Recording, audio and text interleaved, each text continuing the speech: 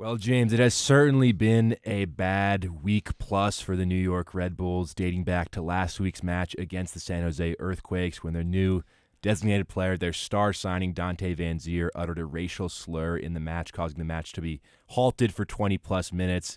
Vanzeir, controversially by Coach Gerhard Struber, not taken off the field in that match, but later given a 6-game suspension by Major League Soccer.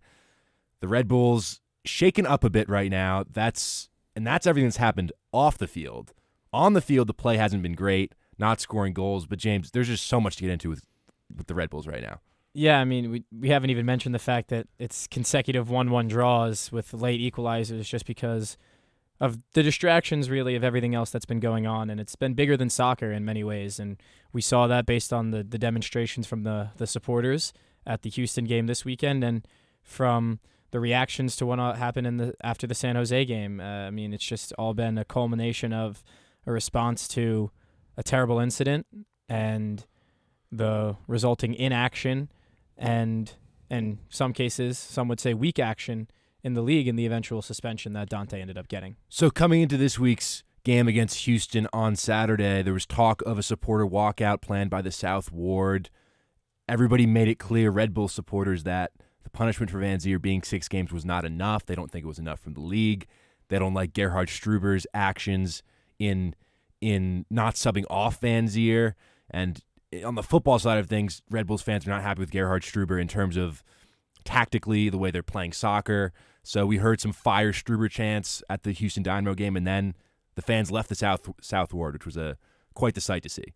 And yeah, even though they had been expecting it, it was an eerie feeling on what was already a gloomy day from the rain and just being overcast. And everyone during the national anthem is turned away from the flag, staring at the section behind the goal known as the South Ward, waiting to see if the 3 supporters groups are going to be true to their word and walk out. And the national anthem ended. We heard the fire Struber chants, and at the opening whistle, they turned and left. And that was a strange feeling just because when have you ever seen something like that before? The response to what happened is clearly being taken very, very seriously. And the world took notice, the league took notice, media took notice, fans took notice. And it's important now for the Red Bulls that their fans stand in solidarity with the San Jose Earthquakes and the players that were affected by what was said by Dante Vanzeir. And in many ways, this goes back to the culture of the New York Red Bulls.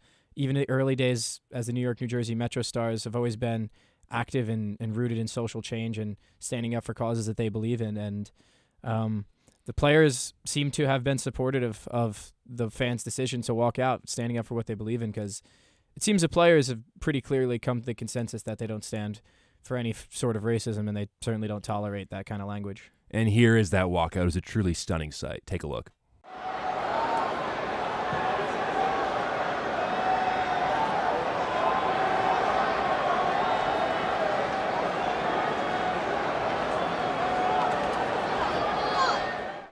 So, James, that happened right at kickoff, and the South Ward, typically a typical Red Bulls home atmosphere, got the drums beating, there's chanting all game long.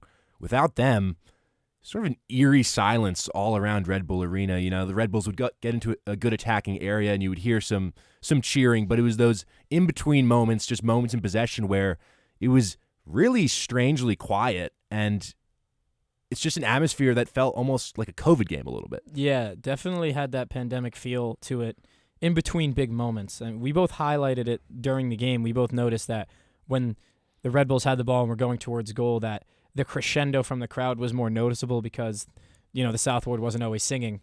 But it was certainly a sacrifice in terms of the atmosphere, that only when their ball was in dangerous areas would you really feel the crowd. And that's something that's a big takeaway from Red Bull Arena. Even when it hasn't been very full in the past couple seasons, it's still loud. It's still trap sound, and the atmosphere is still, I would say, a very, very positive one for the Red Bulls to play in front of. And even when the stadium wasn't full in years past, it was a fortress, and it hasn't been that way the past 2 years. Even with what was a solid first half performance, and where they dominated possession, had a lot of expected goals, some good chances, but missed the final pass. And yeah, the atmosphere was eerie in the regards to the team played well, but it didn't feel that way around the grounds. And I think that might have been, in the end, what took the team away from getting that earlier goal that they've been missing all season long, because it felt like the performance they put out early in the game Saturday.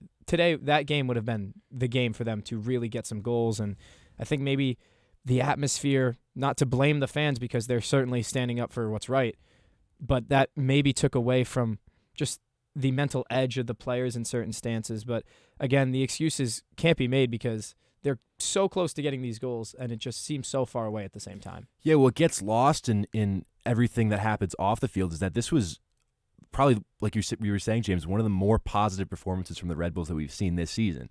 Yes, they draw 1-1, but in possession, in terms of pressing, they looked more organized than they have in the past this season. But the thing that it's been an issue under Gerhard Struber for a long time, it's just finishing that final touch. And Dante Vanzeir was brought here to try to help that issue. Now you're without him. Who knows if he'll even be welcomed back after 6 games? That's a whole nother conversation that'll have to be had at that time. But Struber opted to start both Tom Barlow and Corey Burke up top, two bigger nines, to maybe you think a traditional 4-4-2 is what the Red Bulls would play, but they came out in a 3-back with John Tolkin slotted in at left center back.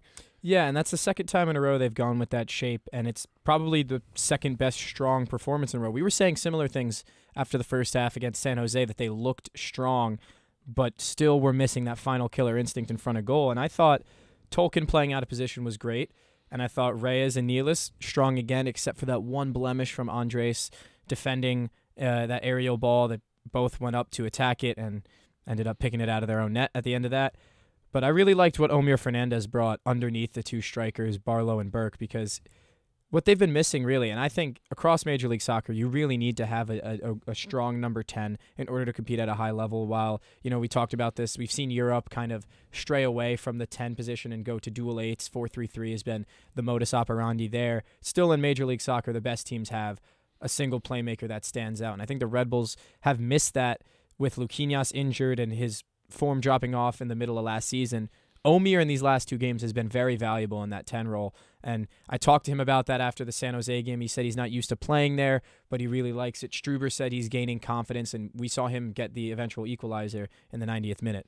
Yeah, and Omir Fernandez was rewarded with his great play. A corner from John Tolkin. Fernandez getting to the right spot, heading it home to secure the draw for the Red Bulls. But after the game, most of the discussion, rightfully so, was not about the game. We got a chance to sit down with Cam Harper, Daniel Edelman, and Coach Gerhard Struber, who gave their thoughts. I realized that, and I feel that, and this was not a good feeling. This feels, it was a painful feeling today for me. It was the first time that I realized a situation like that, but on the same time, I have respect for the opinions, also the feelings from our supporters. Is I think for no one at the moment an easy situation, and this is not for my players, not for me, for my coaching team, and also not for our supporters. I understand that, and I realize what we did all together in the last Saturday game, and I will say this again, and I apologize for the leaders of the supporter group last week when I speak with them in front. But also today, I can say this again. I apologize the last Saturday night game. But we have to look forward, and I hope the healing process is started. Daniel, with everything that went on with the club last week, just talk a bit about what it was like in training this week, and how would you evaluate the group's focus coming into this one? Yeah, obviously we addressed it in training and everything, and we don't tolerate that as a team, and we're all trying to grow from it, and we want to educate educate everyone so that we can continue to develop as a team and regain those relationships. That's the most important thing, team bonding and team chemistry. And what happened certainly brought everyone's morale down. But right now we're looking to, look at the situation at hand and still come together as a team and keep going, because we don't tolerate it, and we don't stand for any racism or anything like that. So we're looking to keep growing and educate ourselves. Cam, could you guys feel the absence of the South Ward in terms of the atmosphere in the stadium with the walkout? Yeah, absolutely. They're such a special part of the atmosphere around here, and they're the fans who have been here since day one. And it was sad to see it, but I understand. It's a tough time for the club right now, and the fans have the right to feel that the way they feel. And hopefully we can come to a compromise. And I'm just letting the club do that, and I'm just trying to focus on the football aspects. So now, James, the Red Bulls are on the road for 2 straight, first at Montreal and then at Chicago. Montreal, a place that has not been kind to the Red Bulls in recent memory. Yeah, but they broke the curse of Stade Saputo last year when they beat Montreal on the road, something they've only done once in the last 10 years. Prior to that, hadn't done it since 2012. So for them to have broken that curse, you think they have a little more confidence going across the border into Quebec this time around as opposed to in years past. But with their form coming into this one, not sure how they think it's going to play out. Montreal have been the worst team in the Eastern Conference this year with just 3 points. This is a must-win for the Red Bulls. You want to get back on track. You want to start regaining the trust of your supporters and the community, and you want to mend relationships within the team. These are games that you can't afford to lose at this point in the season. And then they go on to play against a Chicago team who, while performing to a decently well level compared to what people expected from them, that's still a game that you should hoping to get some points out of, because I still believe that even with some of the injuries the Red Bulls are going through, the talent disparity between those two is in New York's favor. So we'll see how they do on the road dealing with all this stuff and all this adversity. But from what I can tell, that this is going to be a tough go of it through this season. And if they can get through this stretch, I'd like my odds for them to turn it around as we get to the dog days of summer. But right now, this is a tough time for the New York Red Bulls. And there's certainly a lot of healing to be done for everyone involved with this organization. It seems like there's just a disconnect between the fans, between Gerhard Struber, between Red Bull upper management, between the players. No one seems to be on the same page right now. And, on the field, if the team can take care of business on these road trips, that could go a long way towards that. But also there needs to be steps taken beyond the field of play to address what happened against San Jose last week. But for now, that's all for myself and James. Certainly an interesting time to be covering the New York Red Bulls, to be watching this team every week, and not in a good way. But that's all for us for now. We'll see you next time. Nick Guzman, James Burley for WFUV Sports. Thank you so much for tuning in.